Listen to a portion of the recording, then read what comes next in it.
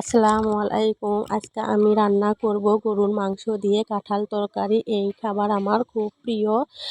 আমি এখানে কাঁচা কাঁঠাল নিয়েছি। কাঁঠালে অনেক আঠা থাকে, এজন্য হাতে সরিষার তেল ভরিয়ে নিতে হবে। তারপর কাঁঠাল কাটতে হবে। কাঁঠাল কাটা শেষ, এবার কাঁঠাল ধুয়ে পাতিলে নিব। যেহেতু মাংস দিয়ে রান্না করব, তাই আমি মাংসের মধ্যে তেল, মশলা, লবণ, মরিচ সব কিছু দিয়ে মাখিয়ে কষিয়ে নিব। মাংস কষানো হয়ে গেলে নামিয়ে নিব। পাতিলে রাখা কাঁঠালের মধ্যে সমপরিমাণ সব কিছু দিয়ে চুলা বসিয়ে দিব। কিছুক্ষণ পর পর নাড়াচাড়া